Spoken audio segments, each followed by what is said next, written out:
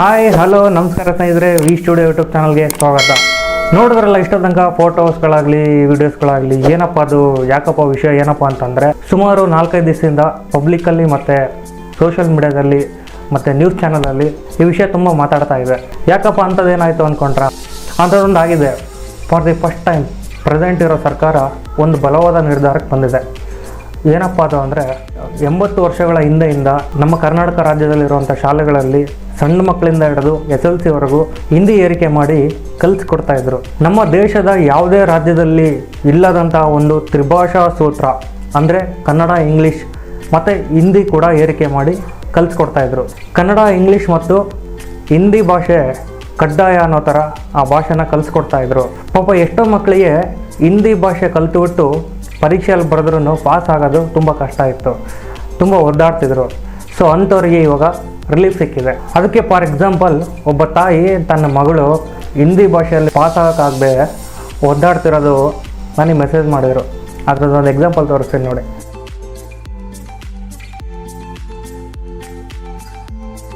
ಈ screen shot ನೋಡಿದ ಮೇಲೆ ಒಬ್ಬ ತಾಯಿ ತನ್ನ ಮಗಳ ಭವಿಷ್ಯದ ಬಗ್ಗೆ ತುಂಬ ಚಿಂತೆ ಮಾಡ್ತಿದ್ಲು. ಹಿಂದಿ ಭಾಷೆ ಯಾಕಪ್ಪ, ಹಿಂದಿ ಭಾಷೆಯಲ್ಲಿ ನನ್ನ ಮಗಳು ಪಾಸ್ ಆಗ್ತಿಲ್ಲ, ಏನು ಮಾಡೋದಪ್ಪ ಅಂತ.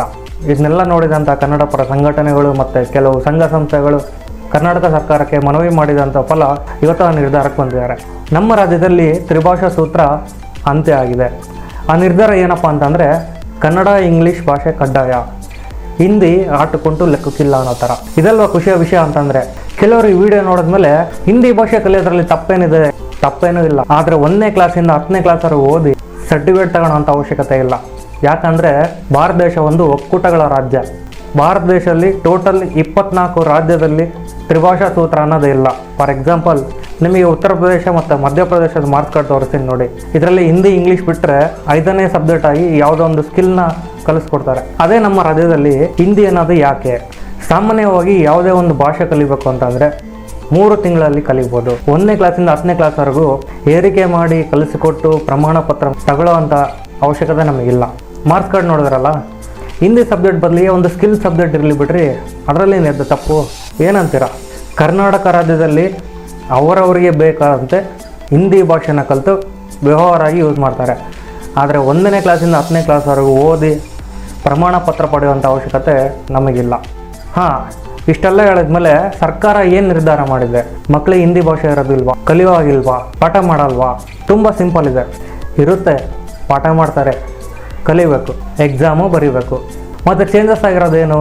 ಹಿಂದಿ ಅಥವಾ 3ನೇ ಭಾಷೆಯಾಗಿ ಯಾವುದನ್ನು ಆಯ್ಕೆ ಮಾಡಿ ಕಲಿತಾರೋ ಟೋಟಲ್ ಪರ್ಸೆಂಟೇಜ್ ಅಥವಾ ಗ್ರೇಡ್ ಸಿಸ್ಟಮ್ ಮಾಡುವಾಗ ಅದನ್ನು ಲೆಕ್ಕಕ್ಕೆ ತಗೊಳೋದಿಲ್ಲ. ಅದು ಬಿಟ್ಟು 5 ಸಬ್ಜೆಕ್ಟ್ ಮಾತ್ರ ಲೆಕ್ಕಕ್ಕೆ ತಗೋತಾರೆ. ಮುಂಚೆ ನಮ್ಮ ರಾಜ್ಯದಲ್ಲಿ SLC ಟೋಟಲ್ ಮಾರ್ಕ್ಸ್ 625 ಇತ್ತು. ಇನ್ನು ಮುಂದೆ 525. ಅಂದರೆ ಹಿಂದಿ ಭಾಷೆ ಎಕ್ಸಾಮ್ ಬರೀಬೇಕು, ಆದರೆ ಮಾರ್ಕ್ಸ್ ತಗೊಳ್ಳುವಾಗ ಅದನ್ನು ಪರಿಗಣನೆ ತಗೊಳೋದಿಲ್ಲ. ಕೊನೆಯದಾಗಿ ಒಂದು ವಿಷಯ ಹೇಳೋದು ಏನಪ್ಪ ಅಂದರೆ, ದೇಶದ 28 ರಾಜ್ಯಗಳಲ್ಲಿ 24 ರಾಜ್ಯಗಳು ಹಿಂದಿ ಮತ್ತು ಅವ್ರಿಗೆ ಇಷ್ಟಪಟ್ಟಂಥ ಲ್ಯಾಂಗ್ವೇಜ್ನ ಕಲಿತುಬಿಟ್ಟು ಕೆಲಸ ತಗೊತಾರೆ. ಆದರೆ ಕನ್ನಡ ಮಕ್ಕಳು ಕನ್ನಡ, ಇಂಗ್ಲೀಷ್ ಮತ್ತು ಹಿಂದಿ ದೀತದಾಳಾಗಿ ಯಾಕೆ ಕಲಿಬೇಕು? ಕನ್ನಡ ಮಕ್ಕಳು ತ್ರಿಭಾಷಾ ದೀತದಾಳಾಗಿ ಹಿಂದಿ ಕಲಿಬೇಕಾ? ಯೋಚನೆ ಮಾಡಿ. 3ನೇ ಭಾಷೆ ಹಿಂದಿ ಭಾಷೆಯಾಗಿ ಕನ್ನಡ ಮಕ್ಕಳಿಗೆ ಯಾಕೆ ಬೇಕು? ಉತ್ತರ ಭಾರತದ ಮಕ್ಕಳು ಆರಾಮವಾಗಿ 5 ಸಬ್ಜೆಕ್ಟ್ನ ಓದ್ಬಿಟ್ಟು ಪಾಸ್ ಆಗಿಬಿಟ್ಟು ಒಂದೊಳ್ಳೆ ಕೆಲಸಕ್ಕೆ ತಗೋತಾರೆ. ಕನ್ನಡ ಮಕ್ಕಳು 3ನೇ ವಿಷಯವಾಗಿ ಹಿಂದಿ ಭಾರವನ್ನು ಯಾಕೆ ಓಡಬೇಕು? ಯಾಕೆ ಈ ತಾರತಮ್ಯ? ಕನ್ನಡಿಗರು ಭಾರತೀಯರಲ್ವೇ? ಸೊ ಇದಿಷ್ಟು ಇವತ್ತಿನ ವಿಷಯ. ಮುಂದಿನ ವಿಷಯದಲ್ಲಿ ಹಿಂದಿ ನಮ್ಮ ನ್ಯಾಷನಲ್ ಲ್ಯಾಂಗ್ವೇಜ್ ಅಲ್ಲ, ಹಿಂದಿ ನಮ್ಮ ರಾಷ್ಟ್ರೀಯ ಭಾಷೆ ಅಲ್ಲ ಅನ್ನೋ ವಿಷಯದಲ್ಲಿ ನಿಮ್ಮ ಮುಂದೆ ಭೇಟಿ ಆಗ್ತೀನಿ. ಬಾಯ್.